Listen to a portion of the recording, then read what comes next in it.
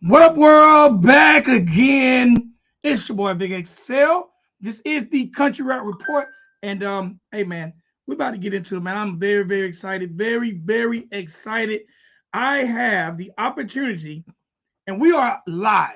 So everybody right now, before I bring my guests on, I want everybody to share this link, share this show. Tell your mama, tell your daddy, tell your sister, tell your cousin, tell everybody that knows anybody that knows anybody that knows anybody that I have the king of the trailer park. I got my guy, one of my favorite guys in this genre of music. My guy, Mr. FJ Outlaw in the building. What's up, man? Shit, just cooling, bro. How you doing? Man, you know what? It's the holiday season, and I'm always in an awesome mood during the holidays. So I'm feeling really, really good, and I'm humbled and blessed to have you in my presence. Bro, I appreciate you. And you know what's crazy, bro? Is my birthday is the day before Christmas. What? And I always struggled enjoying the holidays due to you know, all the stuff I've been through in my life. I was just like I guess you could say real miserable around the holidays, but it wasn't until, you know, I got with my lady and shit that I really started appreciating like the holiday season. And, you know, it's my birthday and you know what I'm saying? We've had our Christmas tree up since fucking November 1st. You feel me? So I got a question. Since you mentioned your Christmas tree, because I know what everybody wants me to talk about. I'm going left. We're gonna talk about some fun FJ Outlaw shit, and we just gonna get okay. You said you got your Christmas tree up, right? Oh yeah. Do you have clear lights or colored lights? I believe clear lights. We don't have colored lights. No, we got clear lights. But the crazy thing is, all right, so my lady's like does a different, I guess you could say, theme every holiday. Like last year, the tree was black and white. And we had like I forget what she calls the big old bow on the top, but it was like a big black and white, like a plaid bow on the top, right? Well, this year she decided our tree was fitting to be like gray and Gucci green. So we got like big Gucci Christmas ornaments, like big ones, bro. All over, and like, you know, all the different sizes. It's fire, bro. Like the double G Gucci? Yeah, so here's the thing, bro, is my lady was very big in the real estate game before I got with her. So she got like a Gucci rep and shit. So she loves Gucci. So we went out and got the material, and she makes everything by hand, bro. She don't take enough credit for how like artistic she is, bro. She does a lot of cool ass shit, and she's like, I'm not good at it. I'm like, you're fucking amazing at this shit, bro. Every time I've showed anybody our Christmas tree, they're like, where'd you get those ornaments? I'm like, my lady made them out of the material. They're like, nah. I'm like, yeah. That is dope. I think I need to be talking to your lady and not you, FJ. That's what I try to tell you. Don't nobody want to hear that shit. They don't listen to me. I'm like, I need to holler at her. She's the one actually doing something. So look, man, the one thing I tell people all the time, my life didn't change for I didn't get happy. I didn't become really, really happy until I married my wife 6 years ago. Right. It's just something about having a dope ass lady, bro. A dope ass lady that puts the battery in our back. Bro, you got to have a backbone. You got to have that person in your life that's not like a yes man. Or see, here's the thing is, in my life, bro, I've had a lot of folks that make me feel like they're for my best interest, but in reality, the only best interest they have in mind is what I could do for their pocket. Gotcha. So I won't like direct any names or anything like that, but I had certain people, you know, if you've ever seen my Life of the Outlaw album cover, there was a lot of we'll say questionable substances on the table in the album cover. You know, I quit. I don't smoke anymore. I quit all that. I've never drank. I started getting on the health kick, you know, losing weight, eating healthy and all that. And I had somebody tell me that I needed to go back to the old FJ where I was super overweight and doing all that nonsense, but because it's better for my image. But that's when my lady stepped in and was like, fuck that, bro. Like, I want you to be around forever. Fuck an image. You need to be healthy. You need to be alive for your kids, my kids, us, me. You know what I'm saying? Your mama, like, and she ain't wrong. You know what I'm saying? I'm not gonna live an unhealthy lifestyle just because I feel like that's what people who buy music want to see. That's not how this goes. If you listen to my music, you can listen to my journey. If you think if you feel some type of way about the way I live my life, you ain't gotta listen. No doubt, no doubt, no doubt. Man, I want to say before we get too deep, salute to everybody in the chat. We're gonna chop it up with FJ. I'm gonna be checking the chat, but I'm gonna give my attention to FJ, and I want y'all to give y'all attention to FJ, but we can get to know this man, where he came from, where he's been, and where he's going. Salute to everybody in the chat. Though I see y'all, I'm checking the comments, but I definitely want us to focus in on this man's story, his journey, past, present, and future. All right. So salute to everybody. Thank y'all for checking in, especially spur of the moment, because y'all know I ain't good on the advertising shit. I be wanting y'all to check out the replay. All right. So FJ,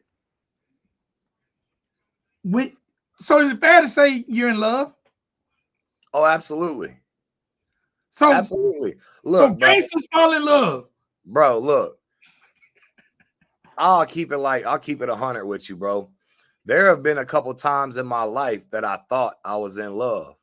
Mm-hmm. Be it my daughter's mom or my little high school girlfriend, whatever you want to call it. But I feel like there's a certain point in life where you realize I never knew what love was until I felt this. Like, I've never in my life had a woman in my life that without a doubt, I could say 100%, I feel like she has my best interest at heart at all times. There's no ulterior motive. There's no none of that. And, you know, my lady has proved that to me numerous times. When I started going through this situation I was just in recently, it got to a point, bro, I'm going to keep it honest with you, where I was like, man, fuck this shit. I ain't even going to do music no more. And I said, man, what if I stop doing music right now? What if all my revenue stops coming in? What are we going to do? She said, I don't fucking care. She said, I'll support you. Hey, bro. Bro, that's love. That's love. Let If me I tell you just decide right now I'm done, I ain't got to worry about nothing. And that's fucking wild to me. I've never had that in my life. 90% of my life, anybody that's ever wanted to be around me was only for the benefit or what they could gain for it. No, hey, bro. So I've been married before, and I've had a bunch of scallywags, a bunch of wombats, and a bunch of gibbets, right? Bro, I never was with a woman who ever encouraged me to go to the doctor until I met my wife. My wife, bro, I never had a woman who even encouraged me to vote until I met my wife. It's like I was a man, but she really made me be like the leader of my family, the representation of my kids and my grandkids. You know, I'm running around thinking I'm the man, but she made me feel like I'm the man for real. So, bro, I'll tell anybody, if you got your down ass lady, do what it takes to hold on to that, because I can guarantee you your down ass lady will help you hide the body quicker than your partner, and she ain't gonna tell where it's at. Facts. So look, FJ, let's get into this journey, man, because there are a lot of people who know that you're from the trailer, but they don't know the trailer parks from where. So where's FJ from? Bro, I just tell people Florida, because I've lived in so many different places in Florida for real. But, you know, when I was like 2, my mom divorced my real pops, and we moved to a place in Florida in Brevard County called Port St. John. From Port St. John, we moved into a house. It was a super dope little house. We were there maybe 7 days, bro, and the person that rented her the house sold it out from under her. So we didn't even have time to really unpack shit before my mom's crying in the closet, and I'm not realizing what's going on. We had to move. We ended up in a trailer park in Sharps. It's off of Camp Road. It's the same road the Brevard County Jail's on. And that's where I lived most of, I guess you could say, my childhood into my early teens.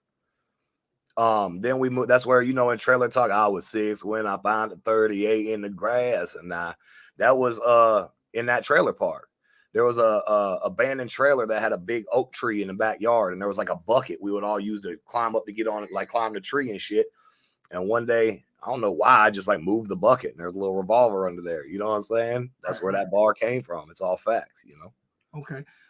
Speaking of bars, When did you realize that you had this talent, this wonderful talent of yours, to spit these bars, these real life bars? Yo, when did I realize I had talent?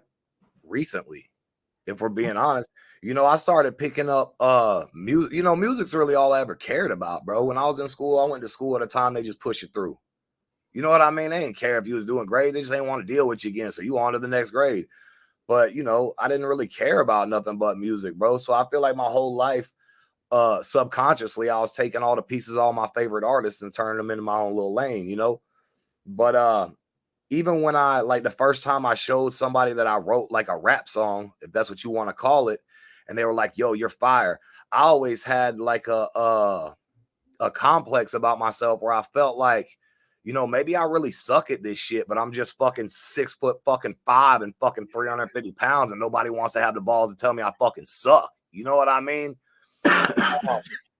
So I mean, I got a little hint when the first time I ever went to a studio, I went in and I started rapping my verse on this dude that I knew I was doing a little feature for him. And I seen the engineer like look at me and I started rapping and he like double took real quick. So I'm like, okay, maybe I got something. But still, most of my life, I've beat myself up so much that I never really believed that I was that good. But up until maybe like 2.5 years ago, when I started getting the deep messages, the ones like, bro, you stopped me from ending it all. Like your music saved my life, was when it really made me feel like, damn. Like I got something going here. You know what I mean? Because regardless of how many numbers or views or any of that shit I've ever had, bro, I was in a real dark place for a long time, bro. Hot Damn is my most streamed song on YouTube. It's just been deleted 4 different times. It's probably had over 20-30 million views collectively. It's just been deleted a bunch of times because I was dumb and put it on other people's channels. So I had to really figure it out and make my own channel. So but when Hot Damn hit its first 2-3 million views, 4 million views, bro, I lived in the woods, bro. I was homeless, bro. When I say lived in the woods, don't picture a tent. Wasn't none of that. I was in the woods, bro. In the woods, sleeping on the The ground. woods, bro. And I had a label telling me that there was no money being made, bro. We ain't making no money. We ain't making no money. They were making money. They were just stealing it all from me, bro. Okay. How old were you at that time? I'll say probably, this is gonna sound bad, but probably like 22, 23. Okay. That don't sound bad. Shit, bro, I know people 32, 42 who still don't understand the business and labels are bending them over. Like, I hate to say it, unfortunately, in all forms of music, a lot of people get taken advantage of. Because Right. a lot of times they focus so much on the art, they don't focus on the business. They don't know. They just know they want to get their music out there and get heard. So, I'm a firm believer. Don't be afraid to tell people your missteps in the music business because you just might be educating somebody else. Right. Absolutely. All right, now coming from Florida, bro, because Florida is rich with hip hop and rap history. Like, who are some of the people that you rock with, or some of the cats you listen to, not even necessarily from Florida, that made you say, you know what, I can do this shit. I like what they do, and I think I can do it. Bro, the first time I was really like I could do it, there's a guy from Melbourne, bro, and it wasn't just him at the time. He was with a group called Underground Sound, but there's a dude, you can look him up on YouTube. I believe his channel is Burger 321. They called him Iceberg Tony, but then he changed his name to just Burger. But back then he was in a group called UGS, Underground Sound. And back then, like, we were the little white kids that rode around in the hood and shit, driving my boy's mom's car when we were way too young to be driving because his parents just ain't give a fuck. We would ride around listening to like Screwed and Chopped 3-6 Mafia and shit like that, And one day he showed me these dudes rapping and I was like, yo, that's fucking fire. Who's that? And he said dude's name and I was like, where are they from? And he's like, they're from Melbourne. And I'm like Melbourne, like right up the road? And he was like, yeah. And that's when it kind of hit in my head. I was like, all right, well, if they could do that, I think I could do that. You know what I mean? And then that was really the birth of this shit, bro. Okay, so you just But really, like before that, don't get it twisted. Bro, I got my first guitar when I was fucking 8 years old. So I was obsessed with music my whole life. I was in like little rock bands and punk bands and shit like that. But like when it comes to what I do now, that was pretty much the birth of that, you know. So you actually used to sing, or you was just doing the guitar shit? I was just doing good. It's not even just guitar, bro. I was blessed with I guess you could say, an ear for music. Like I've never picked up an instrument and not been able to figure it out within a couple of minutes. Like, but I can't read music for nothing. I just play, like I can, when I got my first acoustic guitar, Chameleonaire had just put out the album that had Riding Dirty on it, trying to catch me riding dirty. Right. And I sat there in my fucking bedroom with my acoustic guitar, and I figured out as the CD played the bass line to every song on my acoustic guitar. By the time the song was done, I could play the whole bass line of that song. It moved to the next song. I learned that bass song just out of being bored. You know what I mean? Right. But music's really been my whole life, bro. No doubt. I think your mom's in the chat. She is, absolutely. Hi, mama. So how did your mom feel when her son FJ got a grill and said, Mom, I'm a rap? Yo, let me tell you that story. First of all, what's up, baby girl? First of all, so here we go. Boom. I used to go on tour with my management at the time, right? And so like my first paid show was at Alrosa Villa in Columbus, Ohio. Shout out Rich Regal for getting me that show. I still fuck with Rich very heavily. That's my fucking boy. So I go to Ohio, and I'm like, Mom, the dude that booked me is fitting to give me a tattoo. So she tells my manager, hey, you know, just make sure he don't come back with no hand tattoos. You know what I'm saying? And this isn't even on purpose to be like, fuck you, Mom. It just like shit happens, you know? So then we went up to Tennessee. She says, hey, just don't come back with no face tattoos or nothing. You know what I'm saying? So then, and I'm already doing music at this point, but then I got invited to go to Tijuana, Mexico. There was a dentist office that found my music, and we want to give you dental work for a shout out. I'm like, all right, cool, run that shit, you know? So I get there, everybody speaks Spanish except the marketing lady, like the director of marketing there. And I was gonna get veneers, like dumb white veneers, bro. I don't know why. I was just gonna do it, you know? Right. So they got to shave your teeth down to give you the veneers, you know what I'm saying? Well, I didn't know that in order to get your veneers as that white, you have to be able to get the nubs of your teeth to the same shade as the veneers. I don't know if you've ever gotten your teeth whitened in Tijuana, Mexico. Oh, no, not in Tijuana. It's brutal, bro. So, and poor fucking G-Dub that went with me, bro. His lady fully spoke Spanish, right? So he's going, it hurts. And she don't know what he's saying. So she's just leaving him sitting there. He still be getting like shocks up to his brain feeling that shit. Well, I'm in the chair, get my shit whitened, and I'm like, yo, this shit hurts. And she's like, what do you mean? I'm like, I feel like shocking sensations in my brain. And she's like, oh, yeah, you can't do it then. Your body can't take it. So now I'm sitting here with nubs in my mouth that aren't near as white as I wanted the veneers. And I'm like, so what are, now time out. My mom had said, just don't do nothing crazy with your teeth. Let me not leave that out. So I'm like, what's our other option? And she's like, we could put like permanent platinums in your mouth. And I'm like, all right, fuck it, run it. So that's how that happened. So those joints are perms? Absolutely. I go to sleep with them every night, wake up with them every morning. That's crazy. So when you walked in the house, because at one point in time, you walked in that goddamn house, you are full-blown FJ, hand tats, face tats, and platinum. No, listen, let me tell you the funniest one was when I got Mama Tried, Mama Cried tattooed on the side of my face, right? I call her after I leave the tattoo shop and I go, you see my new tattoos, Mom? She said, no. What'd you get? Let me put my glasses on. She puts her glasses on and I show her and she goes, quit fucking tattooing your face. And I go, can you read what it says? And she says, nah, what's it say? And I said, it says Mama Tried and Mama Cried. And she pauses for a second. She goes, oh, yeah, well, I guess that's real. You know, it's funny. My mom, old school religious woman, love her to death. If she's in there, kisses to you, Mom. She comes from that, your body is the temple. You don't put no tats on your temple. Right. But when I got that Yvonne tattoo, she's like, now that's kind of cool. Right.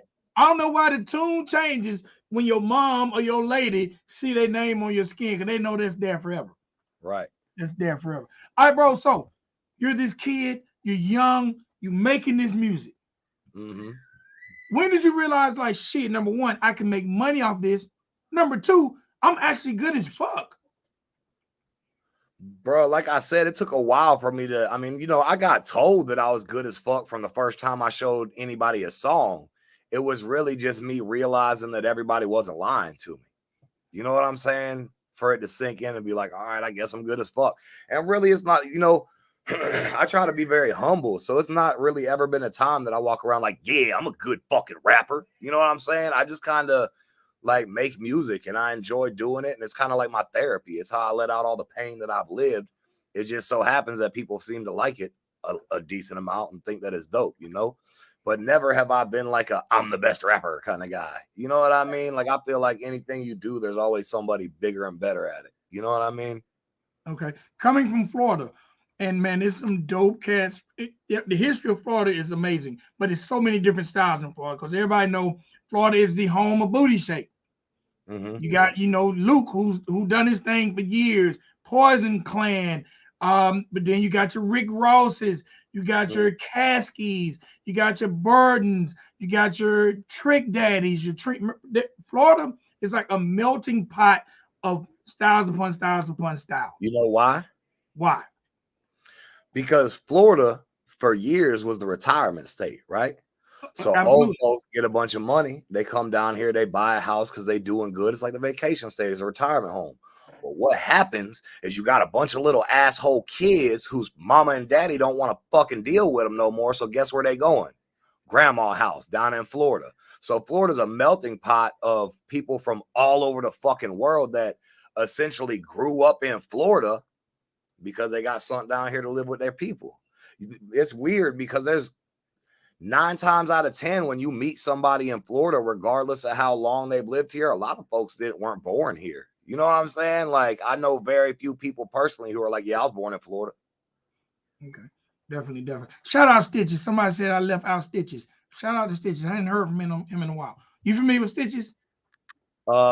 Ish. Yeah. I mean, I'm familiar with the fact that when people be trying to troll on TikTok, they're like, look at Stitches, but oh, so is that somebody trying to be funny? Who knows? All right. You know what? Your mom's a man. Anyway. So going back to the career, what was that first recording situation like for you? Like the first label situation like? Because we're gonna come on up. I mean, it was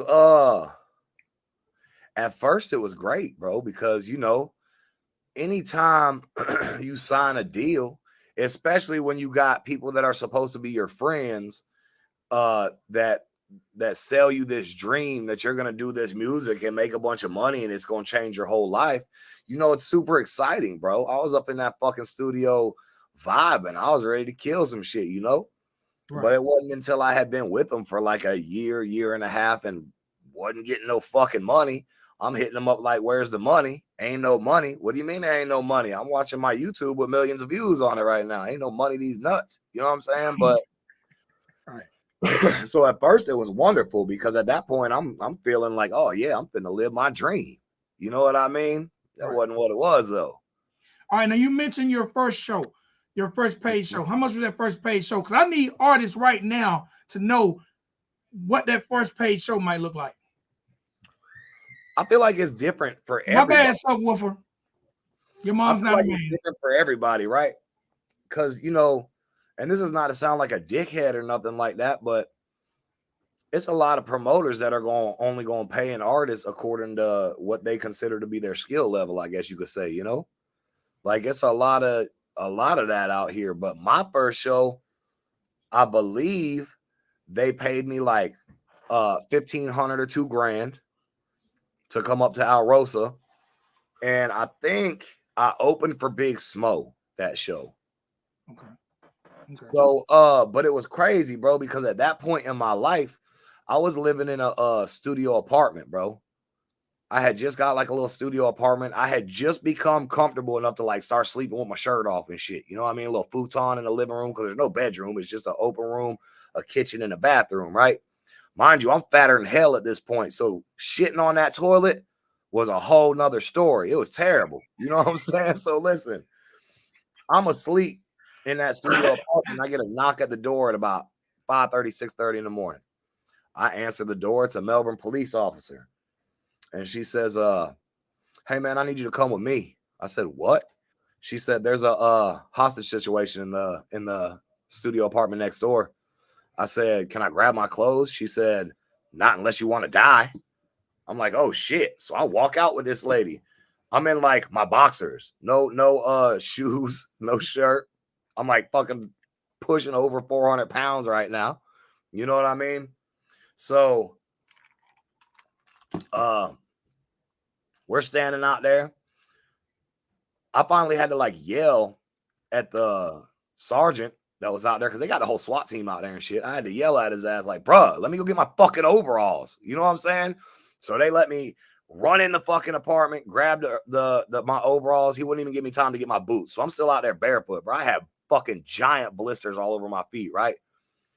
The neighbors out there had told the Melbourne Police Department that the dude they was looking for. Now, mind you, the chick that lived next door was schizophrenic. She crazy as shit. The neighbors had told them, yo, buddy left before y'all even got here. They wasn't hearing that shit. So they had a 9-hour standoff with an empty ass apartment. Nobody was even fucking in it, right? Right. It comes to be like 7, 8 in the morning. My fat ass is right before I got the overall. There's people driving by going to work. I'm just standing there, titties hanging out and shit. It's embarrassing as fuck to me. You feel me? They proceed to fucking bust in his apartment. Nobody's in there. Well, then they get the idea. Maybe he crawled through the roof and went to the apartment next door. So these motherfuckers shot 6 cans of tear gas into my studio apartment. Now, this is before I knew when your shit gets raided and you get tear gas, they shoot the tear gas canisters through the window and shit. Prolonged exposure to that shit can kill you. It can be fatal. Right? So now let me reiterate, a studio apartment. It's one big room. 6 cans of tear gas, bro. You only they shoot 1 or 2 max into a house. You know what I'm saying? Right. So at that point, that had just happened. So I'm homeless at this point. You know, I lost everything. Shit that belonged to my brother that passed away, my clothes, my bed, everything is ruined at this point. So I go up to the show that Rich and Mary Kaufman, rest in peace, Mary, man, she passed away, unfortunately, but they were doing that show together. I go up to that show, and not only were they paying me like $1,500 or $2,000 for that show, which was love already, Mary and Rich decided, and this is how you know Rich is solid as fuck, bro. This is the first time he's ever met me. He just knows my music and booked me, right? They decide they're going to do like raffles for like little prizes at the show and shit, right?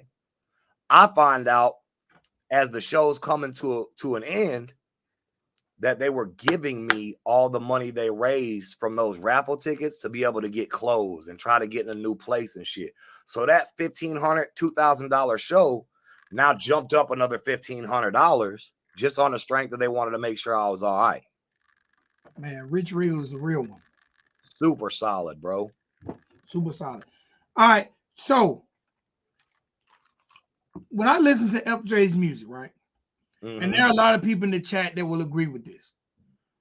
Bro, it seems like first of all, I'm gonna be honest. When I first heard you, I'm like, FJ sounds like, when I heard your music before I seen you, I was like, this sounds like my old goddamn uncle rapping.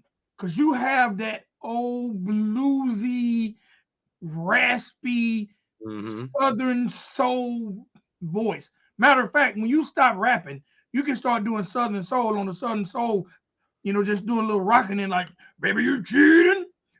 Anyway. What's his name? BB Swing? Yeah. So, bro, first of all, where does that raspiness come from? And where does that deep-rooted content that exemplifies hurt, pain, struggle, where does that shit come from? Man, I'm going to address that question first because most of my life has been hurt, pain, and struggle. If we're being honest, you know what I mean? It's just, I got a story to tell, bro. And I've been through a lot.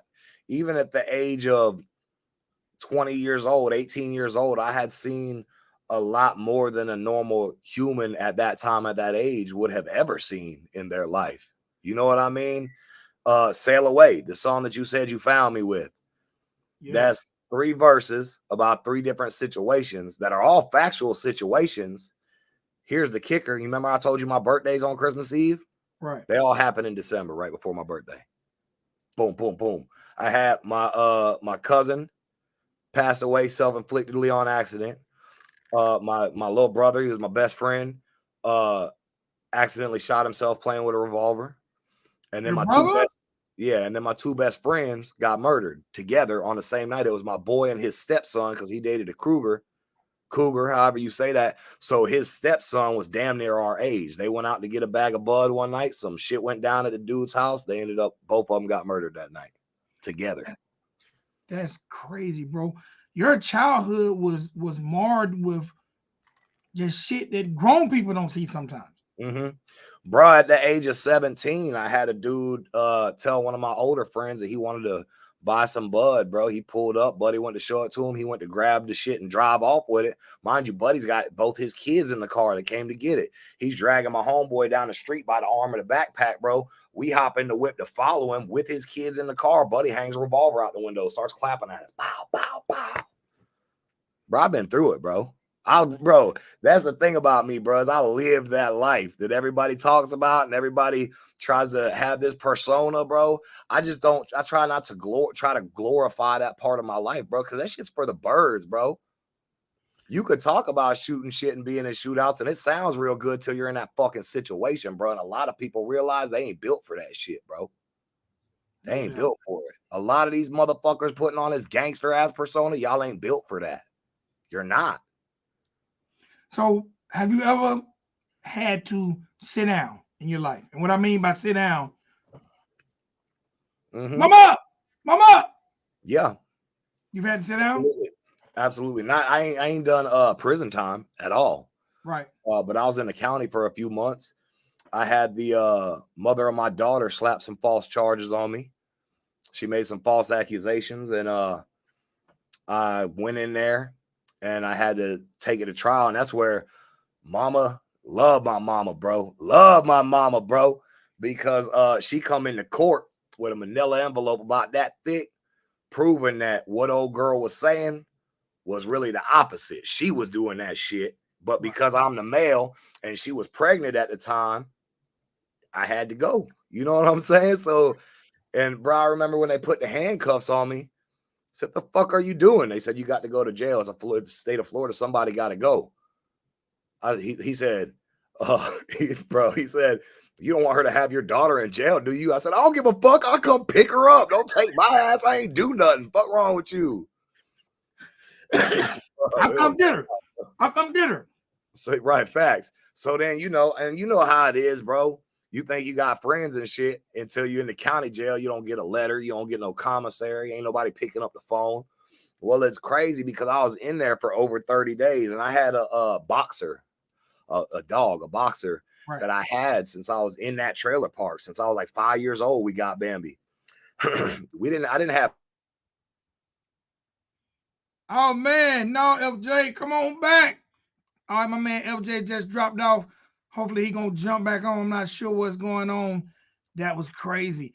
FJ is telling us the facts of life, the things that's been going on in his life. Now I'm gonna bring it up to speed on this Mako stuff. I know a lot of y'all want to hear about the Mako. We gonna get to some of that. All right, I got FJ back. All right, my G. Okay. I don't know what happened just now. So I had a boxer dog, you know, and I was in there over 30 days, right? But we ain't have bread like that. So I couldn't afford to bond out. My mama ain't have bread like that, so she couldn't afford to bond me out. So I'm just sitting at this point, bro. Going crazy, bro. Because mind you, bro, I'm about as ADD motherfucking as they come, bro. So I'm losing my fucking mind in here just sitting day after day after day for some shit I ain't even do. Going nuts in my head, you feel me? So I finally get the call. I call my mom and she's like, hey, we got the bread. We're coming to get you. You're getting out. Like, we posted your bond. You're getting out tonight. I said, okay, dope. But while I'm talking to her, I could hear my dog crying in the background. I said, what's wrong with Bambi, man? She said, Bambi ate some of the bark off of my angel trumpet tree in the yard, and we're driving to put her down right now. So I was in jail for over a month, maybe 2.5 months, And I missed all that time with the dog I had since I was a little child over some bullshit, dog. I never really allowed myself to forgive that situation, bro, because now I finally get the bread to come home. But before they come get me, they got to go put my dog down. That's crazy. That's part of that pain. You know what I'm saying? All right. So look, let's bring it up to speed. Let's talk about Mako Music Group. How were you introduced, or how did you find, or they found? All right. How did you find Mako, or how did Mako find you? I knew Bobby through the dudes that I had the first contract with. Okay. Mm-hmm. Okay. Was it a situation they had already heard of you? They had already heard your music?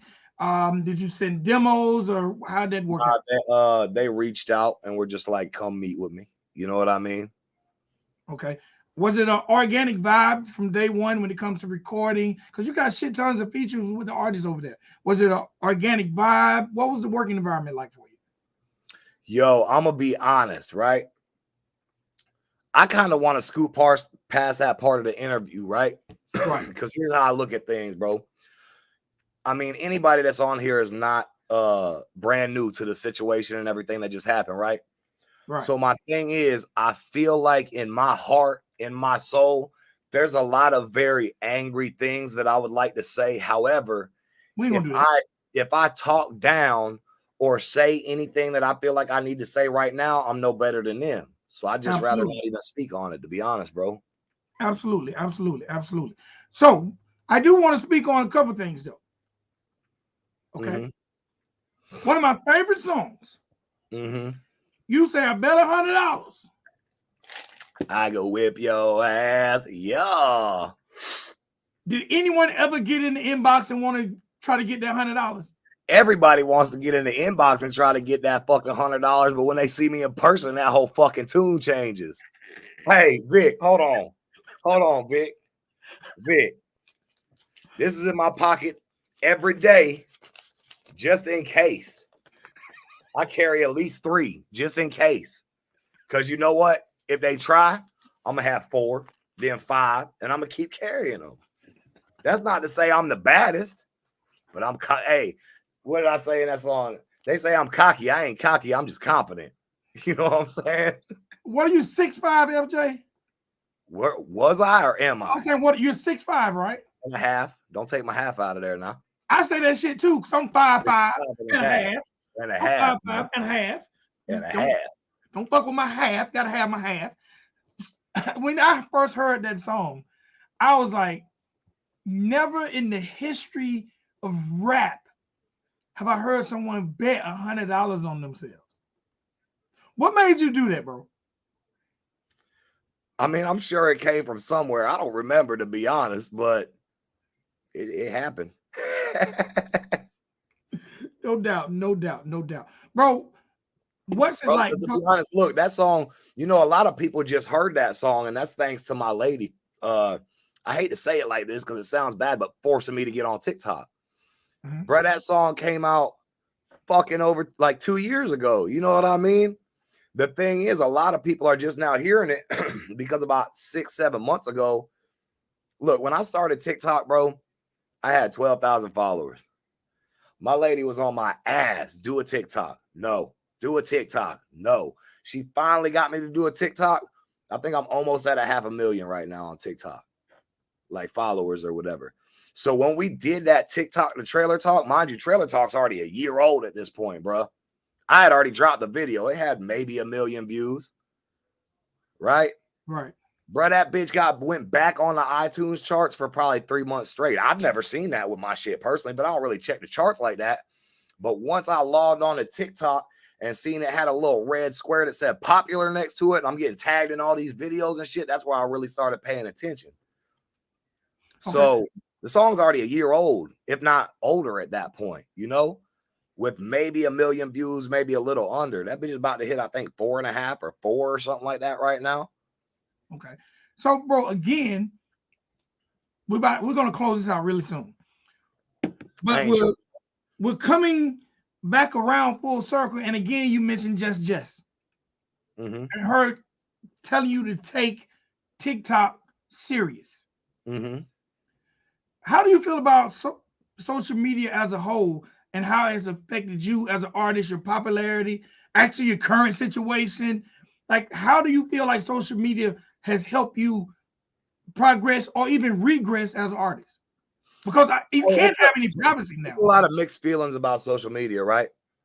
Because you've got like the situation that just happened. Shout out to the church man and Adam Calhoun, bro. Super solid, right? Right.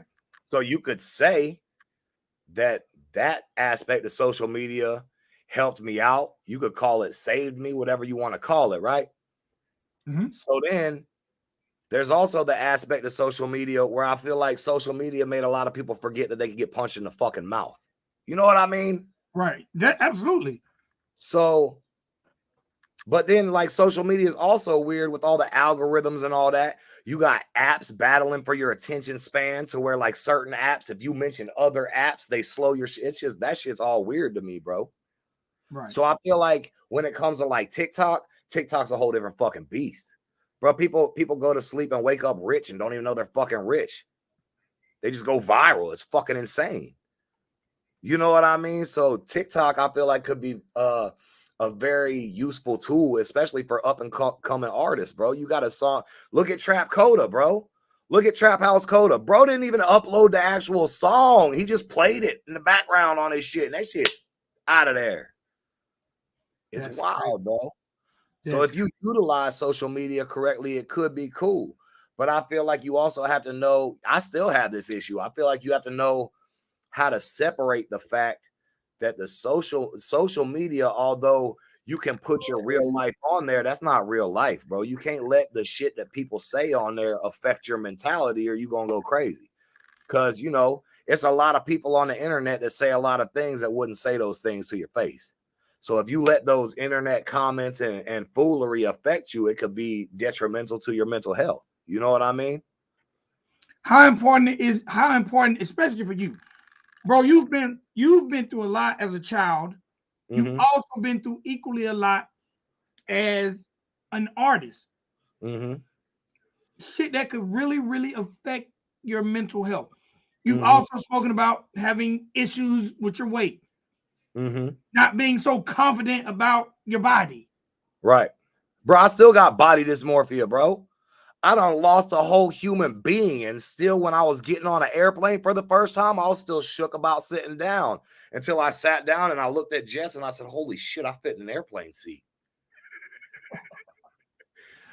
What would be your words of encouragement, bro? Because there's somebody in this chat, there's going to be somebody who watches this video who deals with mental health issues, who had a rough childhood, who has been in a bad contract, who's been in a situation where they don't want to call this their recording home anymore. What would be your words of advice to those people? First things first is I would say, as for like contracts, be careful. You know, Do you need a lawyer? Do they need a absolutely, lawyer? absolutely. Yo, let me time out.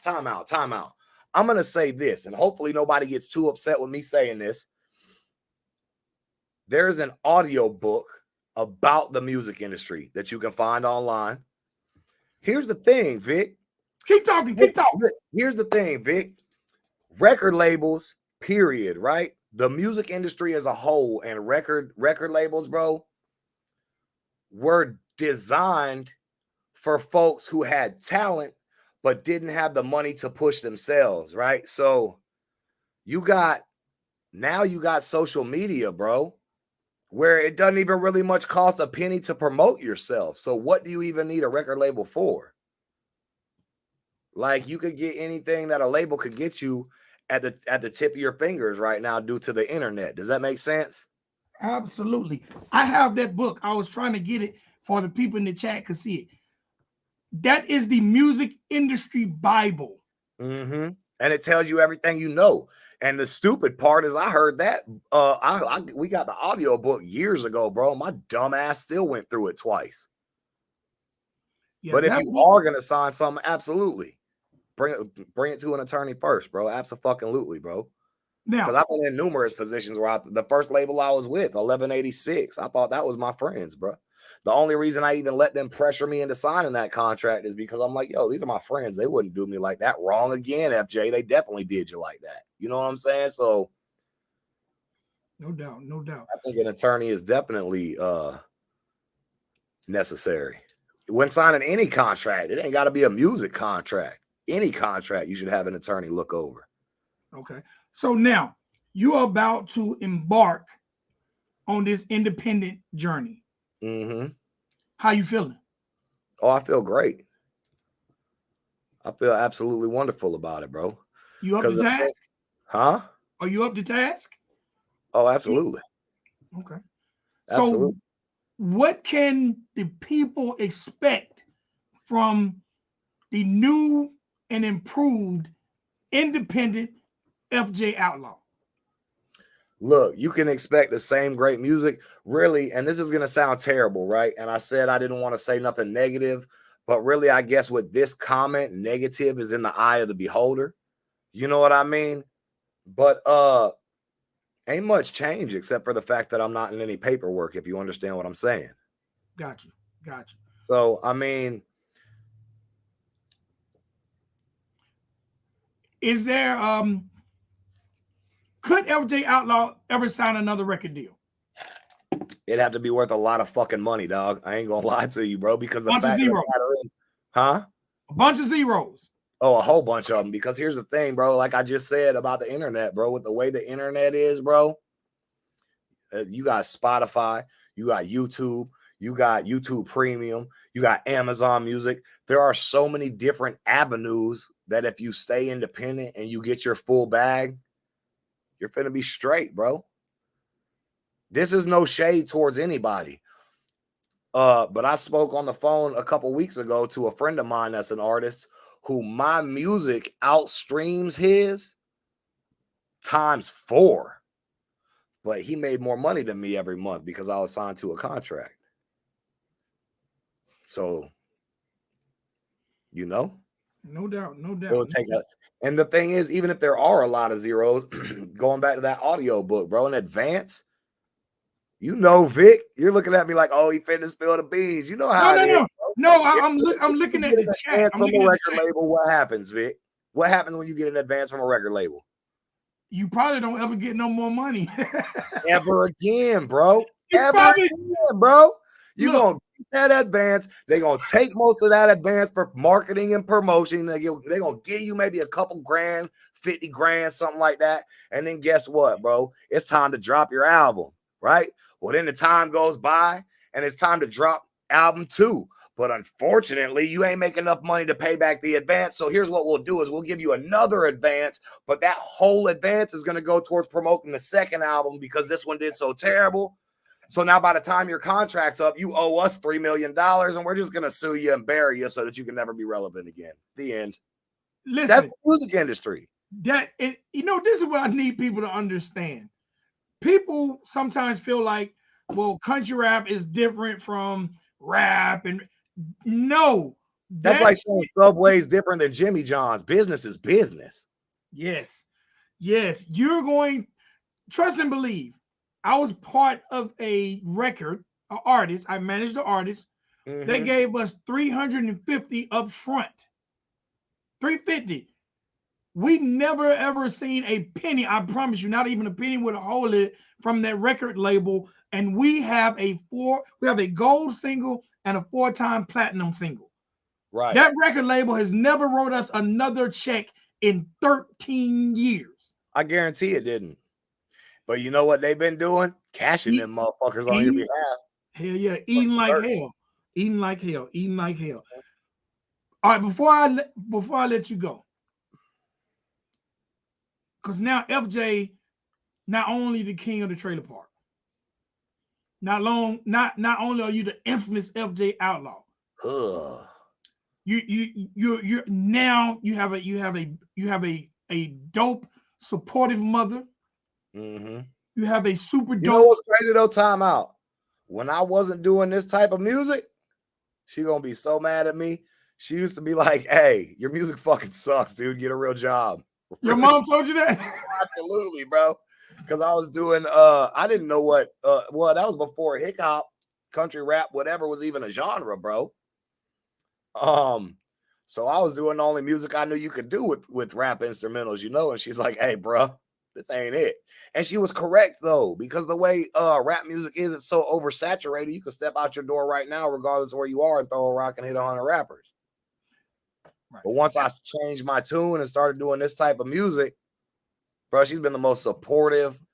I love her to death. I love my mama. LJ, she say she ain't say that. She's full of shit. She's full of shit. Full of shit. So, bro, you got a super supportive mom, a super supportive lady. You are a father. Mm-hmm. You are a family man. Mm-hmm.